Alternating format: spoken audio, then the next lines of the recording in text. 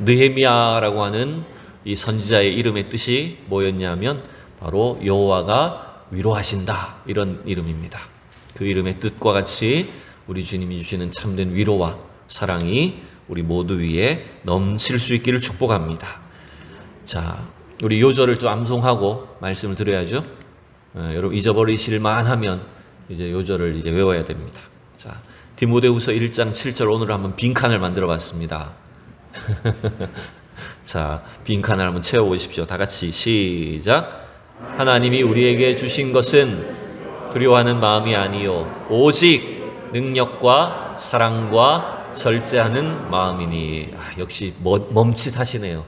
제가 다 들립니다, 여러분. 자, 다시 빈칸을 채워서 읽어봅시다. 시작. 하나님이 우리에게 주신 것은 두려워하는 마음이 아니요 오직 능력과 사랑과 근신하는 절제하는 마음이니. 제가 자꾸 옛날 버전으로 자꾸 하죠. 저는 절제하는 마음이니. 자, 그 다음에 사도행전 1장 8절도 했었죠, 지난주에. 자, 같이 암송해 봅시다. 시작. 오직 성령이 너희에게 임하시면 너희가 권능을 받고 예루살렘과 온 유대와 사마리아와 땅 끝까지 이르러 내 증인이 되리라 하시니라. 그럼 이거는 이 예루살렘부터 점점점 이렇게 반경을 넓히시면 돼요. 그래서 예루살렘과 온 유대와 사마리아 그리고 땅 끝까지 이렇게 반경을 넓혀서 주님이 우리를 복음의 증인으로 사용하신다는 말씀입니다. 할렐루야. 자, 오늘은 이제 느헤미야서의 마지막 설교입니다. 지난 2월부터 오늘 이제 6월까지 4개월에 걸쳐서 우리가 이 느헤미야 말씀을 함께 살펴봤습니다. 물론 지나가고 나면 대부분 다 기억하지 못하지만 오늘은 한번 앞에 그 느헤미야서의 중요한 부분들을 간단하게 한번 퀴즈로 여러분 맞춰보시면 좋겠어요. 2개 정도만 제가 말씀드려 볼게요. 이 느헤미야라고 하는 인물은 바벨론 포로로 잡혀갔던 유대인의 자손으로서, 그러니까 타지에서 태어난 인물입니다. 근데 이 느헤미야는 식민지 지배를 받는 백성이었지만 다행스럽게도 그 페르시아에서 고위직에 올라갔죠. 그래서 왕을 모신 신하로 섬기게 되었는데, 여러분 그 느헤미야가 아닥사스다 왕을 섬기는 직책이 뭐였을까요? 어떤 직책을 맡았을까요? 왕궁에서 술 맡은 관원이었죠. 그러니까 왕의 음료를 책임지는 그런 기미상궁과 같은 역할을 했던 것 같아요. 그래서 왕의 술 관원이었어요. 비록 느헤미야는 타국에서 자랐지만 그 속에 유대인의 그 정체성과 신앙을 잃지 않고 있었습니다. 그래서 자기 고국 예루살렘이 여전히 무너져 있고 황폐한 상황이다라고 하는 소식을 듣게 되었을 때 느헤미야는 하나님 앞에 눈물로 기도하고 금식했었어요.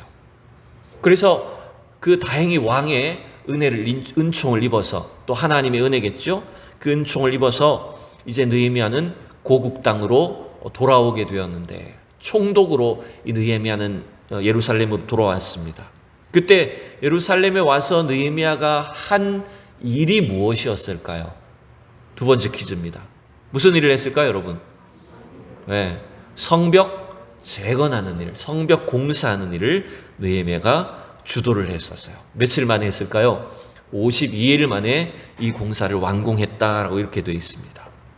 근데 여러분, 단순히 눈에 보이는 건물을, 눈에 보이는 이 성벽을 세우는 것이 중요한 일이 아니었어요.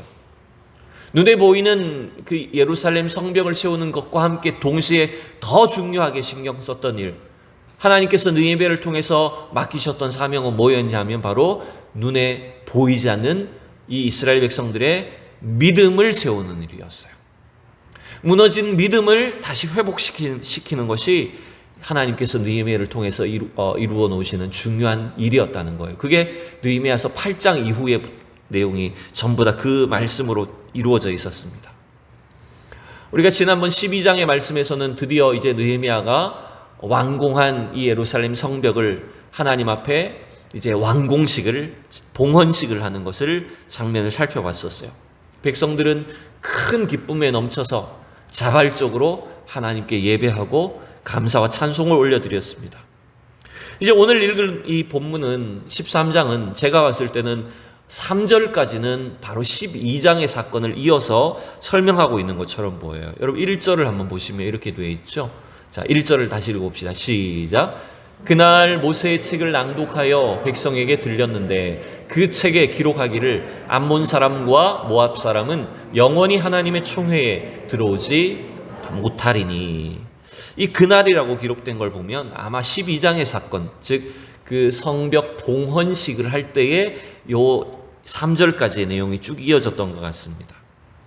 사실 여러분 이방인들도 유대인의 그 하나님을 영접하고 하나님을 믿으면 사실은 얼마든지 이스라엘 백성의 총회로 들어올 수가 있었어요. 그런데 율법책을 보니까 모세의 책에 보면 이 모압 사람, 암몬 사람은 굳이 하나님이 절대로 이스라엘 백성의 무리 안에 총회 안으로 들어오지 못하도록 규정해 놓은 걸 발견한 겁니다. 그래서 모세는 그 말씀을 따라서 이제 이 이스라엘 백성들 안에 들어와 있는 이 모압 사람, 암몬 사람들을 다 축출을 하게 만들어 버립니다. 이걸 막 사람을 죽였다 이런 말이 아니라 이스라엘 백성의 무리 안에서 밖으로 쫓아냈다라고 하는 거예요. 여러분 그 이유가 뭐냐면 2절에 이렇게 되어 있죠. 출애굽할 당시에 이스라엘 백성들이 이제 막 광야 40년을 걸어서 이제 암몬과 모압 땅을 지나서 곧 있으면 이제 가나안 땅으로 들어가기 직전의 상황이었어요. 그때 이제 암몬과 모압 자손에게 이스라엘 백성들이 너희들의 땅을 좀 지나가게 해달라 요청을 한 거예요. 근데 이 암몬 모압 자손이요 매몰차게 거절을 해버립니다. 근데 참 이게 이해가 안 가는 것이 뭐냐 하면 여러분 모압과 암몬은 누구 자손일까요? 여러분 혹시 기억나시나요? 창세기에서 모압과 암몬은 누구의 자녀들이었을까요? 제가 기억하기로는 아브라함의 조카 롯의 두 아들이었잖아요. 롯이 딸 사이에서 나온 그 자녀가 암몬과 모압이었어요. 그러니까 어떻게 보면 아브라함과는 사실은 인척관계, 이스라엘과는 친척 민족이라고 볼 수 있는 자손들이잖아요. 근데 이 광야 40년을 방황하고 지금 굉장히 힘들게 가나안 땅을 향해서 가고 있는 이 이스라엘 백성들을 이 암몬과 모압 자손들이 매몰차게 여러분 무시를 해버립니다. 그것으로도 모자라서 뭘 했다고 말합니까? 이 모압 왕 발락이라고 하는 왕이 그 당시의 제사장이었던 사제였던 발람을 돈으로 매수를 합니다. 그래서 이 발락 왕이 이름이 헷갈리면 안 됩니다. 발락 왕이 발람에게 돈을 주고 이스라엘을 저주하라고 시킵니다. 이것도 한 번이 아니라 3번에 걸쳐서 이스라엘을 저주하게 만들어 버립니다. 근데 여러분 이 하나님 그걸 막으셨어요. 그래서 그 저주가 도리어 뭐가 되게 하셨다고요? 복이 되게 하셨어요. 여러분 우리 하나님의 자녀들, 하나님의 백성들은 여러분 이 세상 어떤 악한 세력이나 사단이 귀신들이 우리를 위협하고 노릴지라도 주님께서 눈동자와 같이 지켜주시고 보호하시기 때문에 절대로 우리를 망하게 할 수 없는 줄로 믿습니다. 오히려 그 저주가 복이 될 줄로 믿습니다. 그 역사적인 사건을 모세는 분명하게 기억하도록 했어요. 그래서 그 암몬과 모압 자손들은 절대로 받아주지 마라. 이스라엘 백성들의 무리 속에 들어오면 안 된다라고 단호하게 명령했던 겁니다. 여러분 이건 어쩌면 이스라엘 백성들의 그 신앙 공동체를 교묘하게 위협하고 유혹하고 공격하는 세력이라고 하는 걸 볼 수 있는 겁니다. 오늘날 우리의 신앙도 마찬가지입니다. 저와 여러분의 신앙 속에 하나님의 그 말씀이 철저한 기준이 되어야 될 줄로 믿습니다.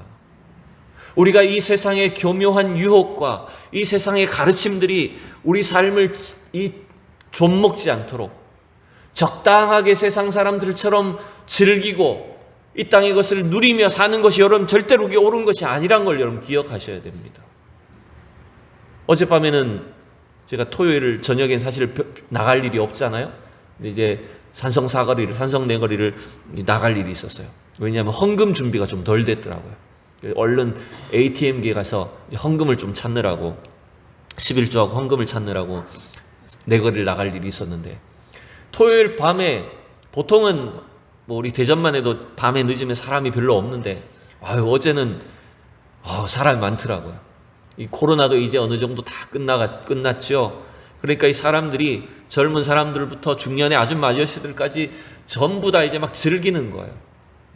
얼마나 즐겁습니까? 날씨도 좋고, 코로나도 이제 다 끝났고, 다 한 잔씩 취해가지고 어디로 2차, 3차를 갈까? 다 그 얘기를 하면서 길거리를 다니는 거예요. 그 모습을 보면서 참 이런 생각이 들었어요. 우리는 그게 참 이질적이잖아요. 세상 사람들이 저렇게 살아가는 모습과 우리 성도들이 주의를 지키고 예배 생활하는 것은 참 이질적일 수밖에 없습니다. 여러분 혹시라도 그게 부럽습니까 여러분? 결코 부러운 일이 아니에요. 그게 여러분 세상에서 뭔가 막 내가 마음대로 하고 싶은 것을 하고 즐기며 사는 것, 그것을 행복이라고 여기지만 큰 착각입니다 여러분. 하나님의 백성들은 하나님의 말씀의 기준을 통해서 우리가 이 세상과 구별된 삶을 살도록 우리를 불러주셨다는 거예요. 여러분 하나님의 교회는 이 말씀을 통해서 우리의 신앙이 어떠해야 되는지, 그래서 이 세상에 이 모압과 암몬과 같은 세력들이 우리를 틈타지 못하도록 분별할 수 있는 능력이 있어야 된다라고 하는 것입니다. 자, 그리고 이제 이 13장은요 좀 시간이 좀 헷갈리게 되는데, 자 4절과 5절이 이제 이어집니다. 4절과 5절은 아마 그 이후에 있었던 사건들을 다루고 있는 것 같고요. 자 6절을 한번 보시면 4절과 5절에 있었던 사건에 대해서 느헤미야는 또 다른 시점을 한번 이야기를 하고 있어요. 자 6절을 읽어봅시다. 시작. 그때에는 내가 예루살렘에 있지 아니하였느니라. 바벨론 왕 아닥사스다 32년에 내가 왕에게 나아갔다가 며칠 후에 왕에게 말미를 청하고, 이렇게 돼 있어요. 자 여러분 제가 지금 본문 띄우지 않았지만 느헤미야 4장인가 5장에 보면 그 느헤미야가 예루살렘에 총독으로 부임했을 때가 언제로 나와 있냐면 아닥사스다 20년이었습니다. 그러니까 아닥사스다 왕 20년에 느헤미야가 예루살렘으로 파견을 나왔어요. 그리고 그 해에 52일 만에 성벽 공사를 완료를 했죠. 그리고 그 이후에 이제 신앙개혁 운동을 딱 일으켰어요. 자, 근데 6절을 보면 몇 년입니까, 여러분?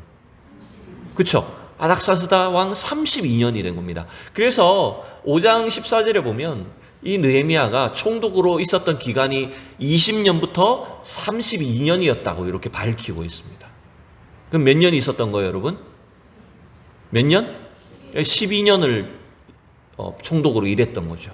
그러니까 이 13장의 오늘 이 4절 이하는, 특별히 이 6절은 뭘 가르쳐 주냐면 바로 이 느헤미야가 총독으로 있었던 그 마지막 해라는 거죠. 근데 6절에 보시면 이렇잖아요. 예루살렘에 있지 않았다고 말을 하잖아요. 그 앞에 4절과 5절의 사건이 일어났을 때 느헤미야는 있지 않았다. 그러니까 느헤미야는요 예루살렘에 지금 유다 총독으로 부임해서 일을 했지만 그가 계속 12년 동안 계속 예루살렘에 머물렀던 게 아니라는 거예요. 그는 왕이 일정 기간 말미를 줘서 그 성벽 공사를 하고 또 그 다음에는 자기의 직분이 있었기 때문에 또 페르시아로 돌아갔다가 또 어떤 일이 있을 때만 이 예루살렘을 왔다 갔다 하면서 사역을 했던 것처럼 이제 여겨집니다. 그러니까 지금 이 6절이 정확하게 지금 얼마 만에 예루살렘으로 돌아왔다는 것인지는 모릅니다만은 어쨌든 그가 페르시아에 있는 동안 앞선 4절, 5절의 사건이 일어났고 그건 자기를 그래서 느헤미야는 몰랐다는 거죠. 그래서 왕의 허락을 받아서 와 보니까 지금 뭔가 문제가 터졌더라, 이 얘기를 하는 거예요. 그러니까 지금 느헤미야는 3절까지는 20년에 그가 총독으로 부임했을 때 있었던 사건이었다면 이제 오늘 6장 4절 이하는 32년도, 그러니까 느헤미야의 사역의 제일 마지막 시기에 있었던 개혁운동이 어떤 것이었는지를 쭉 가르쳐주는 겁니다. 좀 설명이 많아서 좀 복잡하죠, 여러분? 자, 근데 이게 무슨 일이었냐면 이런 거예요. 자, 4절, 5절에 보면 이런 겁니다. 이 당시에 지금 성전에 다 어떤 성전 기구를 넣어놓기도 하고 성전의 예물들이나 또 헌물들, 11조 이런 것들을 모아두는 그 방이 있는데 그 방을 맡은 제사장이 그 방을 누구한테 줘버렸어요? 도비야라는 사람한테 줘버렸다는 거예요. 여러분, 이 도비야가 누군지 아십니까? 도비야는 느헤미야가 예루살렘에 처음 와가지고 성벽 재건 공사를 시작할 때부터 방해했던 인물이었어요. 조롱하고 협박하고 계속해서 이 성벽 공사를 방해했던 인물이 바로 이 도비야였어요. 산발락과 도비야가 있었잖아요. 근데 이 도비야는 계속해서 지금 이스라엘 백성들 편에 옆에 붙어가지고 뭔가 자꾸 단물을 빨아먹는 인물이었어요. 이 사람은 모압 사람입니다, 사실은. 모압 출신이에요. 근데 자기가 자꾸 나도 유대인이야라고 하면서 성전 안에까지 침투했었다는 거죠. 성전의 이 중요한 방을 하나를 차지해가지고 거기에 자기가 거처를 했던 것처럼 느껴집니다. 여러분, 이게 왜 이런 일이 생겼을까요? 아마 이 도비야는, 산발락과 이 도비야는요, 굉장히 머리가 아주 비상한 인물들이었던 것 같아요. 그래서 이 이스라엘 백성들, 예루살렘의 이 수뇌부들, 성전의 이 제사장들까지도 꼬셔가지고 자기들이 마치 뭔가를 도와주는 것처럼, 뭔가 자기들을 필요한 인물인 것처럼 이렇게 해가지고 성전 안에 들어와 있었던 거죠. 여러분, 오늘 저는 이 말씀을 깊이 우리가 나누기 전에 이런 생각을 해봐야 됩니다. 여러분, 결국 하나님이 받으셔야 될 그 영광, 여러분, 이 도비야 때문에 어떻게 됐을까요? 제대로 된 예배가 드려지지 않는 겁니다. 이스라엘 백성들이 하나님을 제대로 섬기지 않는 거예요. 제사장부터 시작해서 일반 백성들까지. 이제 좀 이따 나오게 되겠지만, 결국 하나님 받으셔야 될 그 영광을 이 도비야가 가로채고 마는 겁니다. 여러분, 혹시라도 우리 안에 하나님이 받으셔야 될 그 영광을 가로채는 도비야와 같이 숨어있는 존재가 있지 않은지 살펴보셔야 됩니다. 우리가 하나님을 생각하고 그분을 의식하고 하나님 앞에 날마다 주님께 기도하고 주님께 드려야 될 그 영광을, 그 신앙을 뭔가 중간에서 가로채고 있는 도비야와 같은 존재가 있을 수 있다는 거예요. 느헤미야는 단호하게 그 도비야를 물리쳤어요. 쫓아내버렸어요. 그게 지금 32년도에 지금 이 느헤미야가 행한 개혁운동이었다는 겁니다. 자, 그 다음에 또 어떤 개혁운동을 하는지를 봐야 됩니다. 자, 넘어가서요. 10절을 보면 이 도비야의 일 때문에 아마 이런 영향력이 생긴 것 같아요. 10절을 읽어봅시다. 시작. 레위 사람들이 받을 몫을 주지 아니하였으므로 그 직무를 행하는 레위 사람들과 노래하는 자들이 각각 자기 밭으로 도망하였기로. 자, 도비야가 성전에 어떤 예물들, 11조 헌물들을 넣어놓는 방을 다 차지해버렸습니다. 그러니 여러분, 제사장들도 더 이상 그 제물들, 하나님 앞에 바친 예물들을 관리하지 않는 거죠. 여러분, 그 11조와 예물들을 누굴 줘야 될까요? 누구의 생활비로 줘야 되는 겁니까? 보면 레위 사람들, 노래하는 자들, 성전 문지기들, 제사장들을 위해서 사실은 그들의 생활을 위해서 주도록 되어 있는 건데 그게 다 무너진 겁니다. 그 시스템이. 그러니 이 레위 사람들이 어떻게 돼버렸어요? 이 사람들은 또 자기의 생활이 안 되니까, 생활비가 안 나오니까 뭘 하러 가버린 겁니까? 밭에 일하러 가버린 거예요. 들러밭으로 다 사라져버린 겁니다. 그러니까 이 지금 성전 예배가 얼마 만에 돌아왔는지 모르지만 느헤미야가 돌아와 보니 성전 예배 시스템이 다 무너져 버린 겁니다. 백성들은 더 이상 헌금하지 않습니다. 11조 드리지 않습니다. 레위인들은 자기들이 한테 나오는 게 없다고 세상을 향해 나아가 버렸습니다. 일하러 가버렸습니다. 여러분, 이게 지금 악순환이 계속 반복되고 있는 거예요. 그래서 느헤미야는 충성된 사람들을 세우고 지금 이 백성들과 제사장들, 레위인들을 꾸짖어서 다시 그 자리를 회복하게 만듭니다. 그게 지금 10절부터 14절까지의 내용이에요. 자, 그래서 레위 사람들을 불러 모아서 다시 제자리에 세웠다라고 지금 이렇게 11절 기록을 하고 있는 겁니다.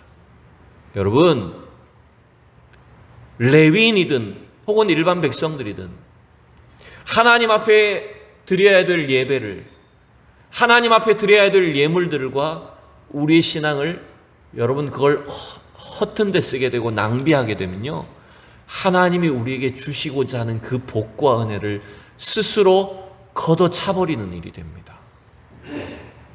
당장의 지금 물질을 쫓아서, 당장의 필요를 쫓아서 여러분 믿음을 저버리게 되면 장차 하나님이 우리에게 주시고자 하는 은혜와 축복들을 다 막아버리는 꼴이 된다는 거예요. 그래서 여러분 사실 이 13장의 말씀을 읽으면 읽을수록 이 말씀은 저와 같은 목회자에게 더 큰 책망을 주는 말씀이에요. 오늘날의 한국교회가, 목회자들이 생활의 염려에만 급급해서 하나님의 교회를 섬기는 일, 하나님의 일을 하는 것보다 뭔가 자기의 필요만을 채우려고 하는 그런 모습이 되지 않았는가라고 하는 것을 책망받게 합니다. 몇 달 전에 어느 저랑 친한 목사님이, 제가 그분을 좀 이야기해서 죄송하지만 그분의 아들이 이제 올해 신학대학원을 입학을 했어요. 신대원에 입학을 했는데 교회가 아주 개척교회이고 생활이 어렵다 보니까 학비가 없어요. 아들이 신학교를 합격했는데 등록금을 낼 돈이 사실 없는 거예요. 겨우겨우 이제 등록금을 이리저리 구하고 해서 마련을 해서 이제 입학을 했어요. 근데 이제 입학을 하면 이제 사역을 해야 되잖아요. 신학대학원이니까 전도사, 교육전도사 사역을 해야 되는데 교육전도사로 사역지를 구하는데 어떤 조건으로 구하냐 하면 이런 조건으로 구하는 겁니다. 매달 사례비도 받아야 되지만 학비를 주는 교회, 장학금을 주는 교회를 구하는 거예요. 요즘에 한국 교회는 대부분 다 장학금을 그래서 지급을 합니다. 어려운 신학생들을 위해서. 그게 사실은 맞아요. 근데 또 그걸 구하려니까, 막상 구하려니까 잘 안 되는 거예요. 제가 그 얘기를 좀 들으면서 이렇게 좀 조언을 해줬어요. 학비를 주는 교회를 그런 조건을 하지 말고 하나님이 내가 어디서든지 하나님 섬기겠습니다 라고 하면서 찾아라. 그러면 길 열린다. 왜냐하면 제가 그랬거든요. 제가 2000년도에 진대원을 들어갔는데 저는 아무 목회 경험도 없고 제대로 훈련도 받아보지도 못했고 신학교 이제 막 들어가서 어떻게 설교를 해야 되는지 전혀 알지를 못했지만 사역은 시작을 해야 되니까 아무 조건을 제가 걸 수가 없어요. 저를 누구 추천해주는 분도 없고 오라고 하는 교회도 없고 제가 무슨 대단한 능력도 없고 제가 그때 어떻게 기도했는지 아십니까? 하나님, 주님이 오라고 하시는 교회 제가 어디든지 가겠습니다. 어떤 조건도 따지지 않고 가겠습니다. 이렇게 기도를 하고요. 그날 그 신학교 그 생활관에 지하 식당을 내려가는데 식당 내려가는 그 계단 모퉁이에 가장 제 눈에 첫 번째로 발견한 쪽지, 전도사 구함, 제일 첫 번째 구한 쪽지가 있었어요. 그래서 그 첫 번째 쪽지를 보고 하나님 여기 가라고 하시면 가겠습니다. 바로 전화를 걸었죠. 전화를 걸었더니 오래요. 대구에서도 2시간 반 걸리는 시골 교회로 갔어요. 하래요 그냥. 그래서 2년 반 동안 했어요. 그 교회는 아무도 오려고 하는 교회가 사실 아니었어요. 왔던 전도사들을 6개월 만에 다 나가는 그런 교회였어요. 저만 유일하게 2년 넘게 있었어요. 여러분, 오늘날은 우리가 자꾸만 어떤 얼마를 주느냐, 학비를 주느냐 이런 조건을 따져서 하는 경우가 너무 많은 거예요. 여러분, 하나님이 우리가 물질이 필요 없다고 하는 게 아니에요. 하나님은 우리가 하나님만 의지하게 하시는 겁니다, 여러분.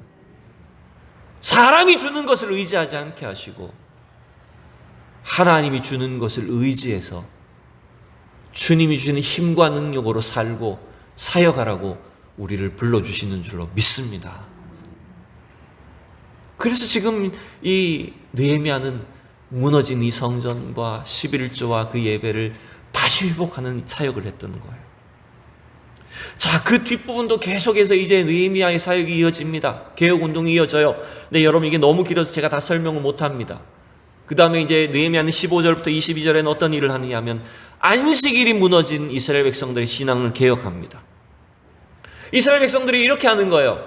안식일은 지키긴 지켜야 되겠는데 자기들이 어기면 안 되니까 자기들은 일을 못하고 누구를 대신 시키냐면 이방인을 시키는 겁니다.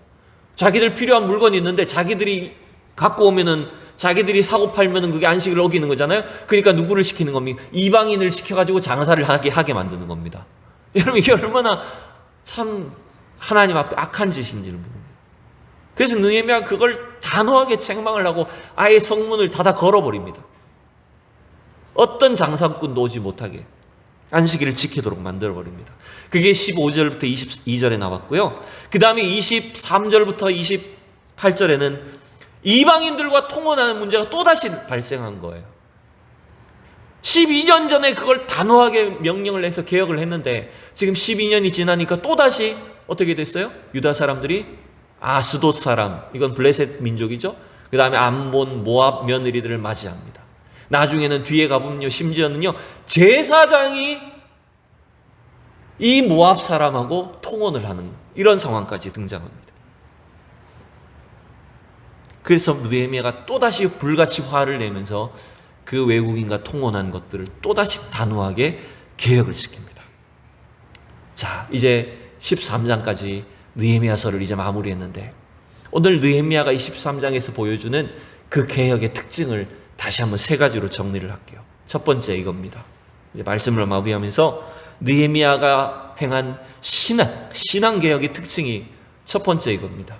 바로 말씀에 근거한 개혁이었다는 거예요. 아까 우리 1절에서 느헤미야가 어떻게 했다고 말합니까? 1절을 보시면 그날 모세의 책을 낭독하여 백성에게 들렸다. 근데 단순히 그냥 여러분 의식으로서, 주문으로서 성경을 읽는 게 아닙니다.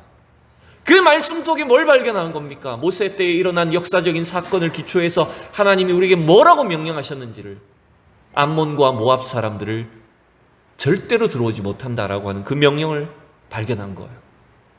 그래서 이 느헤미야의 신앙개혁은 철저하게 하나님의 말씀을 근거로 한 개혁이었어요. 여러분, 우리 교회가, 저와 여러분의 신앙은 철저히 하나님의 말씀이 기준이 되어야 된다는 것을 기억하십시오. 그 말씀을 따라 여러분 하루를 사셔야 됩니다. 그 말씀을 따라 여러분 한 주간을 사셔야 됩니다. 넘어질지라도, 우리가 실패할지라도 또다시 그 말씀을 붙잡고 도전하고 행하는 우리 성도들이 될 수 있기를 축복합니다. 두 번째, 여러분 이 느헤미야 13장에서 오늘 느헤미야가 보여주는 신앙개혁의 특징은 뭔지 압니까? 그것은 바로 원래의 자리로 돌아가는 겁니다. 제가 앞서서 13장에서 12년 만에 돌아온 느헤미야가 일으켰던 개혁운동을 쭉 소개를 했었어요. 근데 여러분 그 개혁운동들 상황들을 보면 뭔가 새로운 것이 있던가요? 새로운 것 없어요. 다 이전에 했던 거예요. 성전 정화하고 안식을 다시 지키게 만들고 예배 드리게 만들고 이방인과 통혼하지 말게 하고 이전에 다 했던 거잖아요. 결국 뭡니까? 우리의 신앙개혁은 뭐냐 하면 다시 원래의 자리로 돌아가는 겁니다, 여러분. 뭔가 새로운 일을, 새로운 운동을 펼치는 것이 아니라 원래 우리가 하나님을 섬겼던 그 자리, 원래 하나님과 동행했던 그 신앙의 자리로 돌아가는 것이 여러분 참된 개혁운동이라는 거예요. 그래서 제가 오늘 말씀의 제목을 뭐라 정했을까요? 자, 보세요. 9절에도 보면 성전을 정화하면서 마지막에 어떻게 했다고요? 다시 그리로 들여다놓았다. 11절에도 11절에 안 넘어가네요. 뭐라고 되어 있습니까? 마지막에 보시면 레위 사람들 불러 모아서 다시 제자리에 세웠다. 이게 뭡니까? 원래 자리로 돌아가야 된다는 거예요. 여러분, 저와 여러분이 하나님을 섬겼던 그 처음 자리가 어디입니까? 뜨겁게 하나님을 사랑했던, 하나님의 은혜로 충만했던 그때가 언제입니까? 우리의 신앙은 바로 그 자리로 다시 돌아가는 겁니다, 여러분. 그게 지금 우리가 이 시대에 다시 일으켜야 될 신앙 운동이라는 거예요. 자, 세 번째 넘어갑니다. 느헤미야가 이뤘던 개혁운동의 특징은 세 번째 뭐냐면 매 순간 기도로 하나님께 엎드렸다는 거예요. 여러분, 오늘 23장이 너무 길어서 제가 자세하게 한 절 한 절을 보여드리지 못했지만 놀라운 패턴을 발견합니다. 각각의 신앙개혁 운동을 일으킨 뒤에 그 뒷부분에 보면요, 마지막 구절은 전부 다 느헤미야의 기도로 이루어져 있어요. 그래서 14절에도 내 하나님이여 이 일로 말미암아 나를 기억하십시오. 내가 행한 선한 일을 도말하지 마십시오. 자, 그 다음에 22절에도 보면 이방인과 통혼한 문제들을, 그 레위 사람들을 다시 제자리에 앉게 한 뒤에 뭐라고 합니까? 내 하나님이여 나를 위하여 이 일도 기억하시고 주의 크신 은혜를 나를 아끼시옵소서. 그 다음에 마지막 여러분 29절부터 31절까지도 석절이 전부 다 느헤미야의 기도입니다. 여러분 왜 느헤미야가 이와 같이 개혁운동을 일으키면서 그때마다 하나님 앞에 엎드리고 기도했을까요? 여러분 이것은 바로 느헤미야 자신의 어떤 운동이 아니었다는 거예요.